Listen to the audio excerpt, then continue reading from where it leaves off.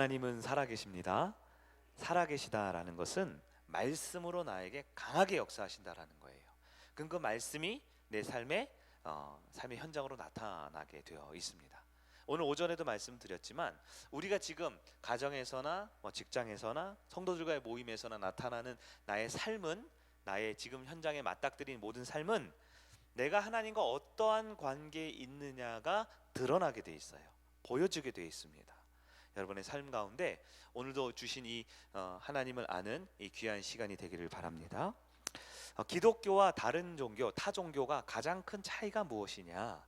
서론적으로 먼저 말씀을 드리면, 타 종교와 기독교의 가장 큰 차이는, 기독교에는 바로 계시라는 것이 있다는 겁니다. 계시. 이 계시라는 것이 다른 종교와 기독교의 가장 큰 구별하는 차이입니다. 그래서 한 신학자는 기독교를 계시 의존적 신앙이다 이렇게 표현했어요. 계시 의존적 신앙이다. 기도는 모든 종교에 다 있습니다. 간절한 치성을 드리는 것도 다 있습니다. 예배 드리는 것, 헌금하는 것, 봉사하는 것, 친교하는 것 다 있습니다. 그런데 이단도 보면요, 방언하죠. 그들도 열심히 있죠. 심지어 그 불교에도 찬불가 이런 거 있잖아요. 네. 우리가 갖고 있는 건 다 있어요. 그런데 기독교에만 있는, 그리고 우리 참 하나님의 자녀들에게만 허락된 건 바로 계시라는 거예요. 계시, 제가 계시와 영감과 조명 설명드렸죠. 계시라는 것은 하나님이 보여준다라는 뜻입니다. 우리가 연구하거나 우리가 애쓰거나 우리가 간절히 바래서 얻어내는 건 계시의 종류가 아니에요. 그러니까 우리는 기도하죠. 기도해서 응답받잖아요. 근데 여러분, 기도 응답이라는 건 내가 구해서 얻는 게 사실 아닙니다. 내가 원해서 얻는 게 아닙니다. 내가 간절히 바랬기 때문에 주어지는 게 아니에요. 하나님이 하나님이시기 때문에 그 하나님이 하나님의 것을 우리에게 보여주시고 알려주시는 것이 계시라는 거예요. 그러므로 우리 그리스도인들 중에 아까 오전 설교에 빗대면 하나님 중심인 사람과 상황 중심인 사람이라고 그랬어요. 하나님이 이끌어가는 삶이 있고 주님이 이끌어가신 삶이 있고 상황대로 이끌려가는 사람들이 있다고 그랬는데요. 상황대로 이끌려가면요, 기독교인인 것처럼 보이고 교회 다니는 것처럼 보이고 예배 드리는 것처럼 보이고 봉사하고 기도 다 하는 것처럼 보이는데요, 결국은 내가 원하는 뭔가를 위해서 기독교와 교회와 신앙을 붙들고 있는 거예요. 그러면 내가 원하는 그것을 하나님을 통해서 얻고자 하고 예배를 통해서 얻고자 하고 기도를 통해서 얻고자 한단 말이죠. 그런데요, 죄송하지만 그렇게 내가 원하고 내가 알고 있고 내가 간절히 바라서 얻는 건 계시가 아닙니다. 계시라는 건 하나님만이 보여주실 수 있는 거예요. 그래서 참 성도는요, 내가 원하는 걸 바라는 인생이 아니라 하나님의 뜻을 무엇인지 구하는 게 신앙이라는 거예요. 내가 간절히 문제 있는 걸 해결하기 위해 바라는 게 아니라 문제와 상관없이 내 처지와 상관없이 하나님을 붙들고 하나님을 알려 할 때 하나님은 내 문제와 처지와 상황보다 더 좋은 거, 더 완전한 거, 더 최고의 것을 준비해 놓으셨고 그것을 주신다라는 믿음을 갖고 사는 게 그리스도인입니다. 그렇기 때문에 우리 기독교는요, 진짜 믿음이 없으면 할 수가 없는 거예요. 믿음이 없으면 열심만 가지고는 안 됩니다. 믿음이 없으면요, 이 순종만 가지고는 안 돼요. 우리 성도님들 보면 열심 있는 분도 참 많고 순종 잘하는 분도 많아요. 그런데 가장 중요한 건 믿음입니다. 성격은 조금 못나도 괜찮아요. 저를 비롯해서 성품은 좀 부족할 수 있어요. 근데 성품으로 구원받으면 참 좋겠는데 성품으로는 구원받는 게 아닙니다. 열심으로 구원받는 게 아닙니다. 순종함으로 구원받는 게 아니에요. 하나님으로만 구원받을 수 있습니다. 그러니까 하나님을 알아야 돼요. 그러려면 계시를 받아야 됩니다. 계시는 연구해서 알 수 없어요.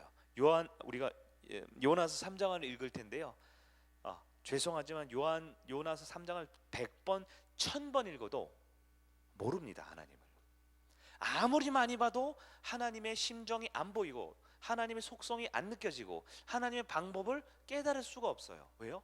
계시라는 것은 인간에게 허락된 영역이 아니에요. 하나님이 열어주셔야 돼요. 그래서 신앙생활은 계시가 열린 곳에서 해야 됩니다. 사람들이 모이는 곳이 아니고요, 관계가 좋은 것이 아니고요.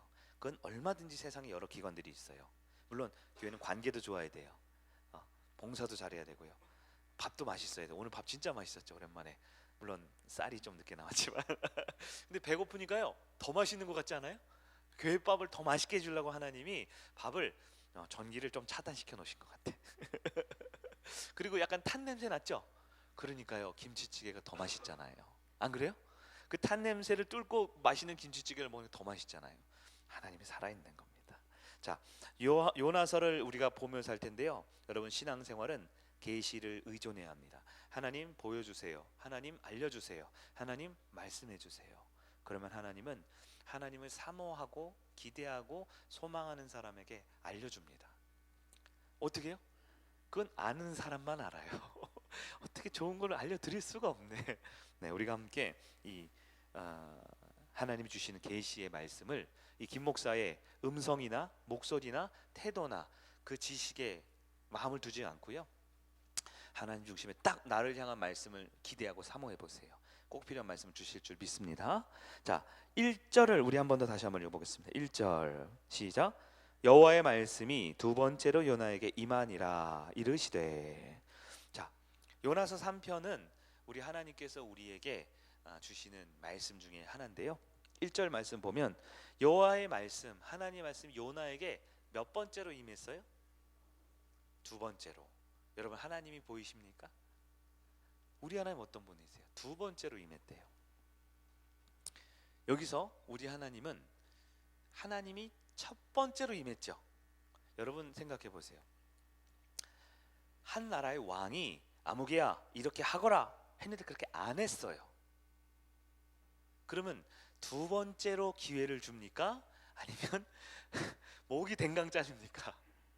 뭐 왕까지 갈 거 없어요. 회사 사장님이 아무개 직원 아무개한테 이 일 처리 이렇게 하시오 했는데 내가 그 일 처리 안 하고 반대 일을 했어요. 아니면 회사를 안 나왔어요. 내 멋대로 내 마음대로 살았어요. 그럼 사장님이 두 번째로 임하여 여러분에게 이르시지요. 그래요? 아니면 회사를 못 가요? 네, 우리 하나님의 속성은 두 번째 기회. 그러나 그 두 번째는 첫 번째가 무슨 의미예요? 하나님 말씀에 철저하게 불순종해서 니느웨로 가서 외치라는 말씀에 불순종해서 내 멋대로 다시스로 가는 배를 타고 내 마음대로 내 뜻대로 내가 원하는 대로 내 마음대로 살던 나 같은 사람에게도 다시 한번 기회를 주시는 하나님이세요. 이 짧은 한 구절에 하나님의 그 사랑의 강력한 속성이 들어 있습니다. 하나님은 아무리 죄 많고 허물 많고 연약한 요나 같은 사람, 요나 같은 사람에게도 두 번째 다시 기회를 주시는 하나님이에요. 여러분 두 번째 주었다라는 것은요 횟수만 두 번째 세컨드라는 뜻이 아니에요. 이것은 우리가 아무리 넘어지고 연약하고 부족한 나 같은 자라도 다시 기회를 주시는 하나님이라고 읽으셔야 되는 거예요. 우리 하나님의 속성을 아셔야 돼요. 그런 요나 다시 들려주실 때 요나가 그 말씀을 듣나요 안 듣나요? 듣나요 안 듣나요? 여기 듣잖아요. 안 읽으셨어요? 3장 뭐예요? 요나가 똑똑해졌어요? 착해졌어요? 아니요. 우리 하나님의 속성입니다. 우리 하나님은 두 번째 말씀을 해주시지만 두 번째 들을 수 있게 만들어주시는 게 우리 하나님이에요. 요나의 성품이 바뀌었나요? 나중에 뒤에 가면 알겠지만 외치라고 할 때 외쳐요. 열심히? 아니 대충. 하나님 살아있다고 말해요? 아니요 너네 다 죽었어 이렇게 사납게 얘기한다고요. 그게 누구예요? 나지요. 순종한다고 하는데 제대로 합니까? 아니에요. 그럼에도 불구하고 우리 하나님은 또 기회를 주고요 또 순종할 수 있게 만드시고요 내 성품의 변화가 없지만 내 인생이 아직 연약하지만 그래도 다시 기회를 주고 다시 사명을 주고 야 요나 필요 없어. 저 나가 훨씬 난 것 같아. 저 사람이 훨씬 난 것 같아. 얼마든지 하나님은 좋은 사람 훌륭한 사람 새로 만들 수 있는 하나님이에요. 그럼 우리 하나님 그러지 않아요. 포기하지 않습니다. 버리지 않아요. 다시 저와 여러분 같은 사람에게도 기회를 주는 우리 사랑의 하나님을 붙들고 그 하나님과 동행하는 여러분에게 바랍니다. 2절 말씀 읽어볼까요? 시작. 일어나 저 큰 성읍 니느웨로 가서 내가 내게 명한 바를 그들에게 선포하라 하신지라. 하나님 뭐라고요? 뭐하라 그랬어요? 선포하라 그랬죠.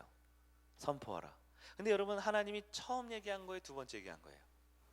첫 번째 얘기는 뭐라고 했어요? 1장 보세요. 1장 1장 1절 여호와의 말씀이 아미떼 아들 요나에게 임하니라 이르시되 2절 너는 일어나 저 큰 성읍 니느웨로 가서 그것을 향하여 외치라. 3장 2절에는 뭐라고요? 그들에게 내가 내게 명한 바를 그들에게 선포하라. 단어가 바뀌었으니까 뜻이 바뀌었나요? 여러분, 우리 하나님 어떤 분인 줄 아세요? 우리 하나님은 자신의 뜻을 바꾸지 않습니다. 아주 중요한 거예요. 하나님은 하나님을 바꾸지 않습니다. 우리는 그렇죠. 지금 내가 돈이 없고 건강이 없고 뭐 비전이 없고 꿈이 없고 인생이 꼬여 있으면 하나님 좀 바꿔달라 그러죠. 근데 여러분 아셔야 돼요. 우리 하나님은 완전한 분입니다. 그렇기 때문에 하나님은 자신의 뜻을 바꾸지 않아요. 무엇을 바꿀까요? 나를 바꾸십니다. 그런데요, 우리가 바뀌어요, 안 바뀌어요?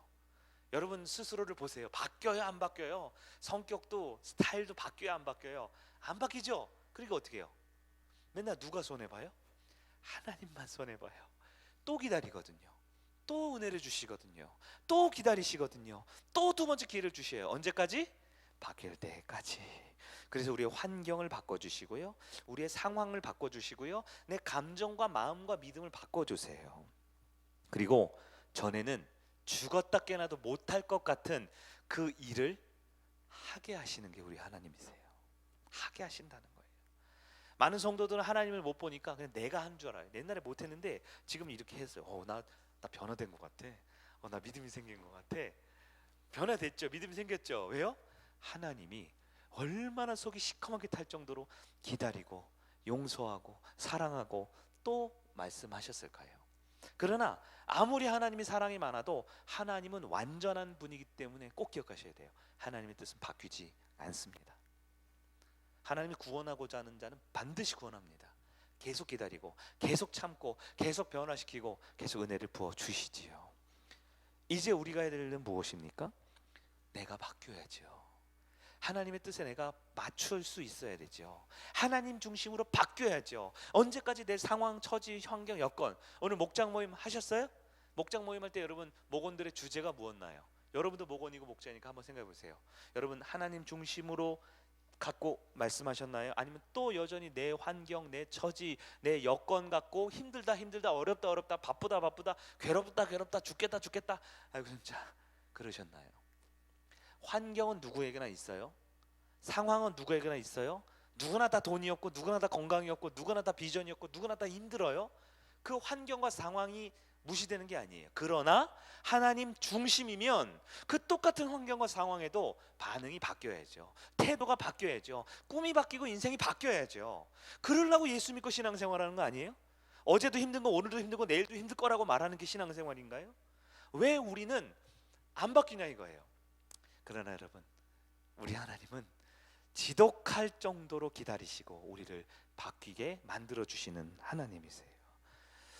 여러분 요나가 물고기 뱃속에서 나왔죠. 나와서 어디로 갔어요? 1번 바닷가, 2번 산속 깊은 곳. 물고기 뱃속에 나왔어요. 그럼 어디 나오겠어요? 여러분 지중해 지도를 딱 보면 어디냐? 레바논 아니면 시리아. 여러분 이스라엘 지도 있죠? 위쪽에 시리아 있고 레바논 있고 저쪽 이렇게 있는데요, 아무리 물고기가 크도 뭐해든 나오면 바닷가일 거 아니에요. 거기서 니느웨까지. 니느웨가 어디냐면요, 지금으로 따지면 모술이라는 지역인데요, 이 학자들의 의견에 정확한지 모르겠어요. 하여튼 학자들이 말했으니까 지금으로 따지면 이라크 제2의 수도인데요, 그게 바로 IS라고 한창 그 이슬람 스테이트 이렇게 했던 데 있죠. 이슬람 연합 국가에서 테러하는 그 IS의 본거지가 모술이에요. 지금 이 니느웨가. 근데요 지리로 따지면 이 레바논이나 시리아 이 바닷가로부터 조금 가야 돼요? 많이 가야 돼요? 많이 가야 돼요. 하나님이 다시 두 번째 말씀에서 이제 물고기 뱃속 나왔어요. 두 번째 말씀 들었어요. 니느웨까지 걸어가야 되잖아요. 비행기나 뭐 이런 건 없을 거 아니에요. 걸어가는 동안 요나의 마음이 어땠을까요? 가는 내내. 네? 가는 내내 어땠을까요? 엄청 긴 시간을 순종해만 합니다. 그 길을 걸어가야 돼요. 물고기 뱃속에 나왔을 때 은혜 한번 빵 받으면, 부흥회 한번 빵 하고 막 성령 충만 빵 하면 사람이 갑자기 좀 달라 보이잖아요, 우리도. 근데 그게 하루가 지나고 이틀이 지나고 3일이 지나고 하는 동안 그 마음이 바뀌었을까요? 안 바뀌었을까요? 보세요. 바뀌었으면 요나가 또 다시스로 가죠. 또 다메섹으로 가든가 또 뭐 이집트로 가든가 했겠지요. 그 가는 긴 여정 길 내내 우리의 인생길 같은, 우리가 오늘 은혜 받았고 다음 주 부활주일이지만 월, 화, 수, 목, 금, 토 지지고 볶고 우리 가정에서, 직장에서, 친구들 사이 많은 사람들과 일상 삶이 있죠. 그 삶 긴 내내 하나님이 요나와 함께 해주지 않으면 요나는 또 넘어지고 또 쓰러져요. 근데 우리 하나님 어때요? 그렇게 가게 동행해 주시고 만들어 주시는 하나님이에요. 변화를 시켰어요? 시키지요. 하나님은 뜻을 바꾸지 않습니다. 요나야, 니느웨 가서 외쳐라. 근데 안 외쳤어요. 그러면 그래, 알았어, 나도 양보할게, 너도 양보해. 니느웨 말고 그 밑에 있는 가나안 땅에 가서 외쳐라. 하나님은 뜻을 바꾸지 않습니다. 우리에게 외치라 하는 마음에 영적인 부담이 되는 성도가 있을까요? 우리 가족일 수도 있고 친구일 수도 있고. 주의 복음을 내가 너에게 먼저 알려준 그 사랑과 은혜와 그 복음을 전하라 한 분이 있을까요? 전도라는 것은, 복음 전하라는 것은 꼭 예수 믿으세요, 우리 교회 뭐 며칠 10시 반까지 오세요 라고 초청하는 것도 전도지만, 진짜 전도는 말보다 내 삶이 훨씬 크게 말하거든요. 내 삶으로 내가 예수 믿어서 복받고 주님의 자녀된 것을 보여줄 수 있는 삶을 사는 게 진짜 전도잖아요. 여러분 그렇게 하시겠습니까? 네. 근데 우리 하나님이 그렇게 또 기회를 주고 우리가 그렇게 할 수 있도록 이끌어 가신다라는 거예요. 3절 말씀 볼까요? 시작. 요나가 여호와의 말씀대로 일어나서 니느웨로 가니라. 니느웨는 사흘 동안 걸을 만큼 하나님 앞에 큰 성읍이더라. 아멘. 니느웨가 커요, 작아요? 엄청. 근데 3일 동안 걸어야 된대요. 사흘 동안 걸으면, 사흘, 그러니까 쭉 걸어서 지름이겠죠. 지름이 사흘이면 얼마나 클까요? 커요. 하여튼 성남시 이쪽 끝에 저 끝까지 가면 얼마나 걸릴까요? 3일 걸릴까요? 3일 안 걸리죠. 뭐 모르겠어요. 전 걷는 걸 안 좋아해서. 하여튼 12만 명이 살았대. 12만 명. 왜냐하면 뒤에 보면 4장 마지막 절, 4장 11절 보면 거기에 좌우 분별 못하는 몇 명이요? 12만 명이 있고 가축도 많다고 그랬거든요. 여러분 12만 명이면 도시가 큰가요, 작은가요? 이게 조금 여러분 그 역사적인 이해가 필요해요. 이 니느웨 이때 요나 당시는 기원전 800년 정도거든요. 지금부터 2800년 전. 네. 2800년 전에 있는 도시에 12만 명이다. 쉽게 예를 들면 제가 연구했던 로마사 있죠. 로마 제국이 제일 큰 제국이죠. 그게 지금도 한 2000년 전이잖아요. 2000년 한 2100년부터 한 1700년까지 있는 400년 로마 제국이죠. 로마 제국 당시에 로마 제국의 수도가 어딜까요? 로마예요. 로마시가 로마 제국 수도였는데 로마시의 인구 최고 많을 때가 5만 명이었어요. 5만 명.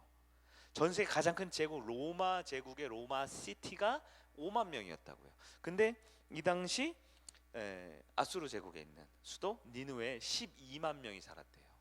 그러니까 뭐 도시 규모를 오늘날 뭐 성남시 인구가 뭐 100만 명이 육박한다 그러는데 지금하고 비교할 수는 없겠죠. 뭐 아파트에 살진 않았을 테니까. 그러나 분명 그 당시에 가장 큰 도시, 유력한 도시였던 거예요. 하나님이 그 도시를 멸망시키고 싶을까요? 그 도시에 있는 사람들을 살려주고 싶을까요? 네, 여러분 하나님을, 그러니까 역사적으로나 이 니느웨, 이 아수르 이렇게 제국, 우리 악감정 갖는 북이스라엘 멸망시킨 그렇게만 보지 마시고요. 우리 하나님의 기본 속성을 아셔야 돼요. 하나님의 기본 속성은 사랑이죠.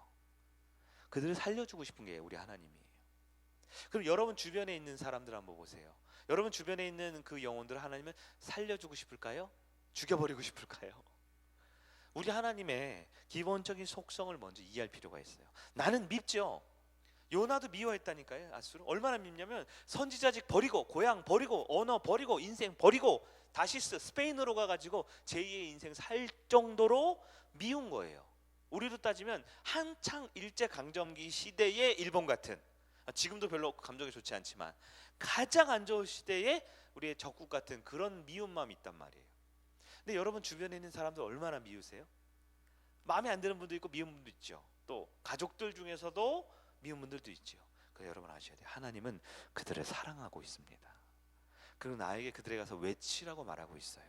그들을 살려주고 싶거든요. 왜냐하면 여러분이 가진 사랑의 감정과 사랑의 의지와 사랑의 모든 걸 다 합친 것보다 하나님이 더 크세요. 이 세상에 있는 모든 사람들의 사랑의 마음을 다 합친 것보다 하나님 더 크세요. 그래서 하나님은 그들을 살려주고 싶어요. 여러분, 우리 주변에 하나님이 살려주고 싶은데 혹시 내가 요나처럼 불순종하고 안 외치고 자꾸 도망다녀서 지금 기다리고 있는 사람들이 있지 않나요?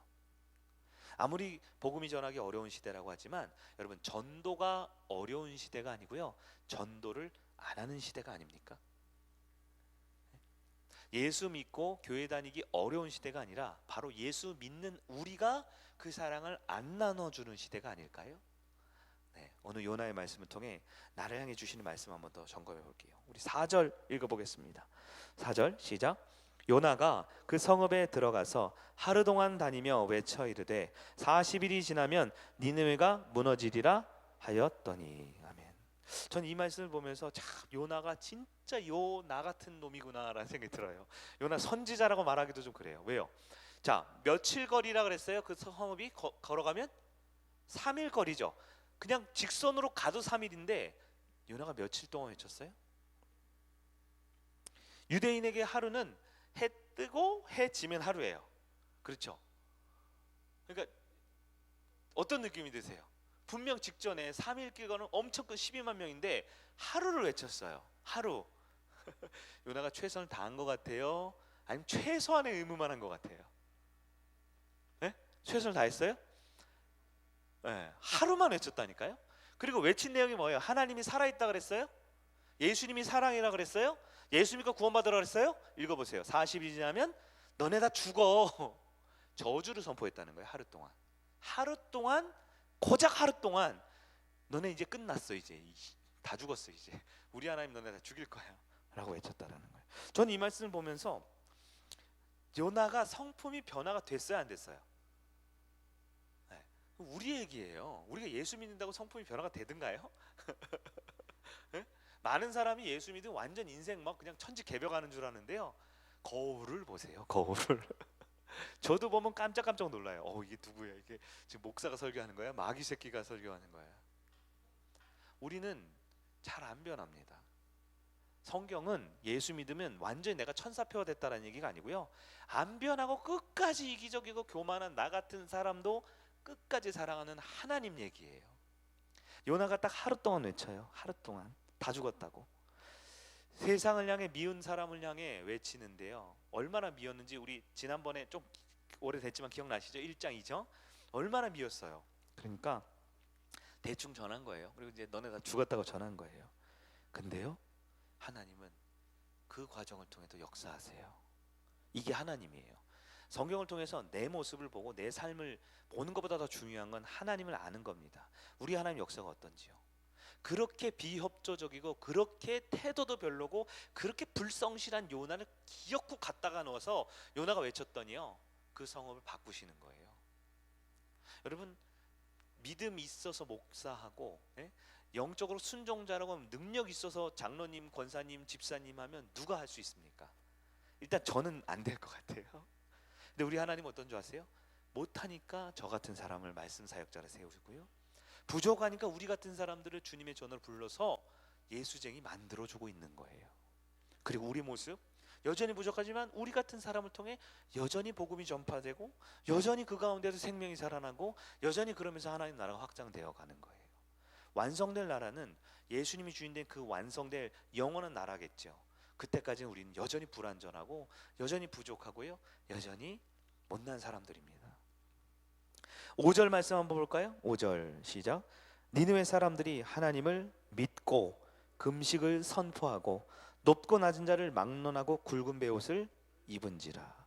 여러분, 4절에서 5절 넘어갈 때 인류 역사의 가장 큰 기적 중에 하나예요. 너네 다 죽으라고 했는데 금식하고 회개하고 바뀌었다는 거예요. 여러분 잘 보세요. 잘 보셔야 돼요. 요나가 잘 전했어요? 요나가 믿음이 좋아요? 다시 말해, 우리가 믿음이 좋아요? 우리가 전도를 잘해요? 우리가 영혼을 한 명이라도 살려낼 수 있어요? 아니에요. 하나님이 하시는 겁니다. 하나님이 불쌍해가지고 나 같은 놈도 살리고 내 같은 놈도 옆에 있는 사람도 살려주는 거예요. 그게 우리 하나님의 사랑과 은혜입니다. 우리 하나님의 역사를 사모하고 신뢰하고 사랑하는 자만이 이 은혜에 동참할 수가 있는 거예요. 내 상태 보니까 난 전도도 못하고 근데 예수 잘 못 믿을 것 같아. 여러분, 우리는 내 환경과 처지와 내 감정과 내 관계에 끌려가지 않아요. 우리는 하나님 중심이기 때문에 하나님 중심으로 두고 하나님 인도하심 따라 사는 사람들입니다. 6절 한번 읽어볼까요? 시작. 그 일이 니느의 왕에게 들림에 왕이 보좌에서 일어나 왕복을 벗고 굵은 베옷을 입고 제 위에 앉으니라. 난리가 났어요. 요나가 니느의 왕에게 전도했어요? 아니에요. 건너 요나는 그냥 너네 다 죽었어 하루 동안 말했을 뿐인데 건너서 왕에게까지 들렸는데요, 그 무자비하고 그 비인격적이고 그냥 잡히면 다 잡아 죽이는 그 극악무도한 아수르 왕이 어떻게 했다고요? 자리에서 일어나서요, 죄를 깔고 그 위에 회개하고 변화가 됐다라는 거예요. 여러분 잘 보세요. 요나의 설교와 요나의 전도가 바꿨어요? 하나님이 바꾸셨어요. 그러면 우리 인생에 필요한 것들 여러분이 열심히 노력하고 애써서 돼요? 하나님만이 하실 수 있어요. 여러분 주변에 전도하고 싶은 사람 있습니까? 근데 여러분 부족하게 느껴지시죠? 내가 전도하기엔 좀 부족해. 난 말도 못하고 삶도 못 살고 뭐 가진 것도 별로 없고 난 전도 못할 것 같아. 못해요. 못한다고요. 우린 능력이 없어요. 우린 가진 게 없고요. 우린 그 사람을 바꿀 수 있는 힘이 없어요. 그러나 하나님은 할 수 있습니다. 이게 신앙이에요. 근데 그 못나고 그 이기적이고 그 못된 놈의 시키 그 요나 안 쓰면 되는데 하나님이 어떻게 해요? 그 요나를 살리려고 물고기 뱃속에까지 들어갔다 나와서 니느웨 성까지 갔다 나서 요나를 통해서 일하는 게 우리 하나님의 역사는 방법이라는 거예요. 우리 가정 못나지만 나 같은 사람을 통해서 살리고 싶은 게 우리 하나님의 방법입니다. 왜요? 내가 능력이고 내가 잘나가지고 내가 훌륭하면요, 그러면 내 종교를 만들죠. 내 능력으로 살죠. 내 힘으로 살죠. 왜 하나님 필요합니까? 우리 하나님은 절대 자신의 영광을 나누지 않습니다. 그렇기 때문에 우리 같은 사람 쓰는 거예요. 그래서 우리 성도들을 하나님이 사랑하시고 활용하시는 겁니다. 7절 읽어볼까요? 시작. 왕과 그의 대신들이 조서를 내려 니느웨에 선포하여 이르되 사람이나 짐승이나 소떼나 양떼나 아무것도 입에 대지 말지니 곧 먹지도 말 것이요 물도 마시지 말 것이며. 금식을 선포하지요. 금식의 의미가 뭐라고요? 회개지요. 회개하기 위해서 다른 거 집중을 흐트러뜨리지 않기 위해서 다 내려놓고 온전히 금식하면서 하나님 앞에 우리의 죄를 회개하게 만드셨어요. 누가요? 하나님이 누구를 통해? 요나를 통해. 가장 못나고 가장 불성실하고 가장 태도 안 좋은 나를 통해서요. 나를 통해서요. 우리 하나님을 신뢰하셔야 합니다. 물고기 뱃속에 들어갔다 나온 건 그건 그렇게 어려운 게 아닌 것 같아요. 그러나 아무런 능력도 없는 사람들이 변화되기 시작한 게 진짜 하나님의 역사이지요. 8절이요. 시작. 사람이든지 짐승이든지 다 굵은 베옷을 입을 것이요 힘써 하나님께 부르짖을 것이며 각기 악한 길과 손으로 행한 강포에서 떠날 것이라. 아멘. 힘써 하나님께 부르짖으래요. 요나가 그렇게 설교했어요? 너네 다 죽었어 이렇게 말했다니까요. 40일 후에 멸망당한다 그랬지 하나님께 돌아오라고 안 했어요. 요나가. 혹시 궁금하면 다음 주에 4장 보세요. 삐지거든 요나가. 내가 분명히 죽으라고 했는데 왜 회개하고 난리? 이렇게 말한 거 아니에요. 요나가. 왜 회개해가지고 하나님 용서해 주는 거야? 안 돼요. 저놈 다 죽여야 돼요. 끝까지 요나는 요나예요. 어쩌면 끝까지 우리는 우리입니다. 그렇기 때문에 우리는 우리의 모습을 믿으면 안 되고 하나님을 믿어야 되는 거예요. 9절 한번 읽어봅니다. 시작. 하나님이 뜻을 돌이키시고 그 진노를 그치사 우리가 멸망하지 않게 하시리라. 그렇지 않을 줄을 누가 알겠느냐 한지라. 하나님이 뜻을 어떻게 했다고요? 근데 여러분 잘 아셔야 돼요. 하나님은 아까 말했잖아요. 뜻을 바꾸셔요, 안 바꾸셔요? 근데 뜻을 왜 돌이키신 거예요? 이게 하나님 아버지의 마음을 알아야 돼요. 그러니까 저하고 저희 아들하고 뭘 해요, 공부를 해요. 하다가 저희 아들 잘 못하잖아요. 실수하잖아요. 그런데 야 이거 너무 실망하고 너무 아프면 뭐라 그래 아빠가? 아니야 이거 아빠가 잘못한 것 같아. 아빠가 착각했다. 괜찮아, 너 잘하고 있어. 무슨 느낌인지 아시겠어요? 아빠가 잘못했어요? 아빠 부족해요? 아니죠? 근데 아니야 괜찮아. 이거 아빠가 잘못한 것 같아. 아빠가 실수했어. 아빠가 미안하다야. 더 열심히 해. 넌 할 수 있어. 무슨 느낌인지 아시겠어요?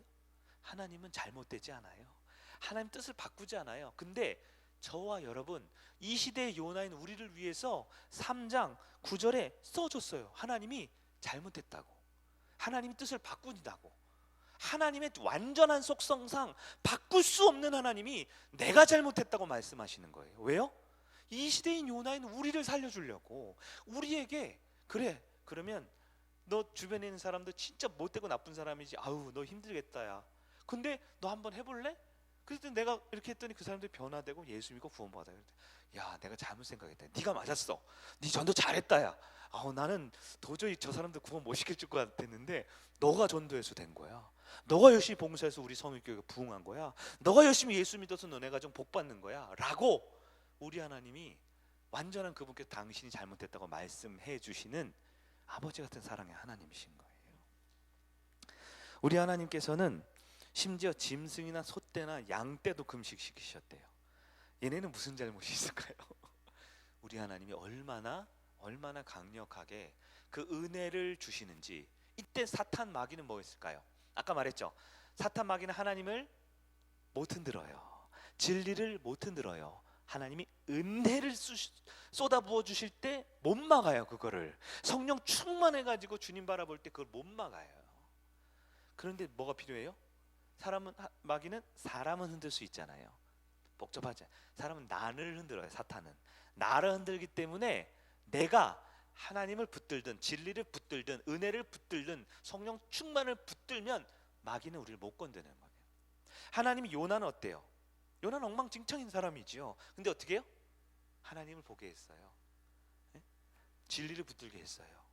은혜를 맛보아서 물고기 뱃속에 살아나게 만들었어요. 성령 충만하게 3일 동안 지치지 않고 가서 외칠 수 있는 힘을 주셨어요. 그러니까 요나가 은혜를 받으니까요, 사단이 못 건드는 거예요. 하루 동안 외치는데 그 별 볼일 없는 몇 마디의 성읍이 완전 뒤집힐 정도로 하나님 은혜가 쏟아 부어지고 있는 겁니다. 여러분의 가정에도 그 하나님 은혜가 부어질 수 있을까요? 여러분의 직장과 주변에서 여러분이 사랑하고 전하고 싶은 그 사람의 하나님의 은혜가 쏟아 부어질 수 있을까요? 여러분을 도구로 쓰시고자 합니다. 하나님은 내가 하려고 하면 안 돼요. 스타벅스 상품권을 아무리 사다 줘보세요. 내가 하려면 되나? 안 됩니다. 내 힘과 능력과 내 열정과 내 선의로는 한계가 있어요. 그러나 하나님을 중심을 두면 하나님이 나의 말 한마디, 행동 하나의 모습을 통해 그 사람에게 은혜를 쏟아 부어주기 시작할 수 있다는 거예요. 마지막 10절을 읽겠습니다. 10절 시작. 하나님이 그들이 행한 것 곧 그 악한 길에서 돌이켜 떠난 것을 보시고 하나님이 뜻을 돌이키사 그들에게 내리라고 말씀하신 재앙을 내리지 아니하시니라. 아멘. 문자 그대로 이해하면 성경이 어렵지만 하나님의 심정이 어떤지, 하나님의 성품이 어떤 분이셨는지, 하나님은 어떠한 방법으로 일하는지를 우리가 영적인 안목이 열리고 하나님의 계시가 우리한테 임하면 알 수 있어요. 우리가 전에 봤죠? 하나님은 니느웨 백성들, 그 못되고 나빠 보이는 사람들 사랑하신다, 죽이고 싶으시다? 사랑하신다 그랬죠. 그래서 그들을 살려주시는 거예요. 어떻게요? 하나님은 처음부터 살리고 싶으셨어요. 그래서 요나를 통해 인간의 마음으로는 싫지만 하나님은 그렇게 하셨어요. 그게 하나님의 뜻입니다. 우리 주변에도 우리가 선포해야 할 사람들이 있어요. 내가 외쳐야 할 사람들이 있어요. 다음 주가 부활주일이죠. 통계를 보면 불신자들이 혹은 가난한 성도들이 그나마 교회에 올 수 있는 가장 쉽고 편안한 날이 1년에 2번 있대요. 한 번은 12월 달에 있고 한 번은 4월 달에 있대요. 아시죠? 한 번은 크리스마스 성탄절, 한 번은 부활절이라고 합니다. 여러분, 어쩌면 1년에 한 번 오는 기회일 수도 있고요, 6개월에 한 번 오는 기회일 수도 있어요. 어쩌면 다시 안 올 기회일 수도 있습니다. 우리에게 전해야 할 그 사명과 책임이 있다라고 주님께서 말씀하셨으면 내 힘과 내 능력으로는 안 됩니다라고 고백하세요. 그리고 하나님께서 그 영혼을 살려주실 것을 기대하고 나는 외치면 돼요. 선포하면 돼요. 그리고 사랑해주면 돼요. 그러면 하나님이 계획한 영혼 위에 하나님이 일하기 시작하십니다. 말씀을 정리해 보겠습니다.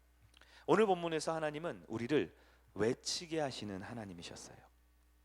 근데 우리는 외칠 수가 없지요.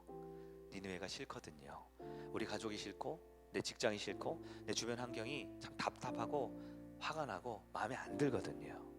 그러나 하나님은 그들을 살리고 싶으세요. 그들을 살려주고 싶으세요. 그러면 우리가 해야 될 것은 뭡니까? 성품이 바뀌고 돈을 많이 쓰고 내가 완전 천사뼈가 되는 게 아니고요, 외치라고 할 때 외쳐야 되는 거예요. 하나님께서 외칠 수 있는 말을 주실 겁니다. 하나님이 나를 또 만나주시고 그 기회를 열어주실 거예요. 외칠 때 비록 긍휼의 마음, 사랑의 마음, 선한 마음이 완전히 들지 않을 수도 있어요. 얘 우리 교회 왔으면 좋겠는데 근데 오면 내가 좀 불편해지는 거 아니야? 얘 우리 가족 중에 한 명 우리 교회 왔으면 좋겠는데 근데 오면 내가 좀 더 어색해지는 거 아니야? 내 마음에 복잡한 심령이 있어요. 심지어 많더라고요. 전도를 했는데 열심히 했는데 한 다음부터 오히려 전도한 사람이 불편해요. 너무 교회 깊숙해지는 거 아니야? 내 개인적인 나의 사생활을 너무 말하고 다니는 거 아니야?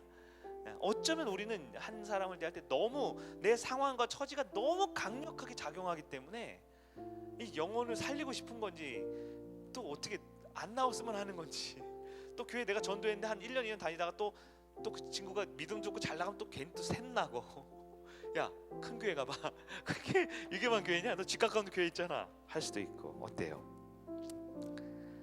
그러나 하나님께 맡기셔야 됩니다. 하나님이 하나님 되실 수 있도록 우리는 나에게 주어진 그 영혼들에게 외치는 역할을 해야 돼요. 나중에 니느웨가 변화되니까 요나가 너무 당황했잖아요. 이 정도까지를 용서해 주시면 어떡합니까? 그래도 우리 하나님의 뜻은 있어요. 그리고 요나를 살리고 니느웨를 살리고 하나님의 나라를 확장해 나가는 겁니다. 여러분, 우리의 삶에 외치고 있습니까? 내가 중직이 되고 내가 예배를 이렇게 많이 드리고 이렇게 열심히 신앙생활하지만 혹시 지난 한 달, 지난 1년 동안 한 번도 외치지 않고, 언어적으로 외치지 않고, 비언어적 삶으로 외치지 않고, 내 영적으로 생각적으로도 외치지 않고, 그냥 나 하나 잘 믿어서 나 하나 예수 믿고 나 하나 구원받자 하는 그러한 요나와 같이 다시 쓸어가려는 마음으로 살고 있지 않습니까? 여러분, 제자가 된다라는 것은 외치는 자가 된다는 뜻입니다. 증인이라는 표현이 있죠. 증인. 이것은 제자라는 표현 이전에 먼저 증인이라는 표현이 먼저 나와요. 증인은 본 거 말하면 되는 거예요. 경험한 거 나누면 되는 겁니다. 내가 감사한 거 감사하다고 알려주면 되는 거예요. 여러분이 설교를 하거나 여러분이 간증을 하거나 여러분이 엄청난 비용을 들여서 이 사람의 인생을 책임져 줄 필요 없어요. 여러분 인생이나 책임지세요. 우리 하나님이 저와 여러분과 그 수많은 니느웨 백성들을 살려줄 계획을 갖고 계십니다. 나는 순종하면 돼요. 근데 하나님을 모르면 순종을 못하지요. 상황 따라 이 사람은 이래서 안 돼, 저 사람은 저래서 안 돼, 이 사람은 분명 안 올 거야, 돈만 아까워, 시간만 아까워, 전도하면 관계만 틀어질 거야. 우리는 내 상황이 너무 강하기 때문에 하나님의 역사를 내가 틀어막고 있는 경우도 있어요. 여러분, 우리를 외치게 하는 하나님이 오늘 말씀하셨습니다. 계시 의존적 신앙은 하나님의 말씀을 의존하여 그대로 순종하는 겁니다. 내가 만들어낼 필요 없어요. 우리 하나님을 신뢰하고 주님이 외치라고 하는 그 한마디. 이번 한 주간 우리 특별 기도회인데요, 월, 화, 수, 목, 금 이 자리에 계신 분들 다 나오시거나 아니면 다 온라인 예배를 들으시거나 아니면 개인적으로 30분 1시간 경건의 시간을 꼭 가지세요. 그래서 그 말씀 가지고 이번 주일날 한 명을 꼭 외쳐보세요. 그럼 하나님이 보내주신 사람이 있을 수 있고 살려주고 하는 사람이 있을 수 있고, 우리 교회가 아니더라도 근처 하나님 있는 곳으로 갈 수도 있겠지요. 우리는 우리 할 일을 하면 됩니다. 니느웨 성도들이 요나가 세운 개척교회에 등록 안 했어요. 그러나 하나님이 살릴 사람은 나를 통해서 외치게 해서 살릴 것입니다. 우리 하나님 신뢰하고 믿으면서 나아가면 좋겠다 싶습니다. 우리 찬송 하나 부르고 우리 기도하면 좋겠다 싶습니다.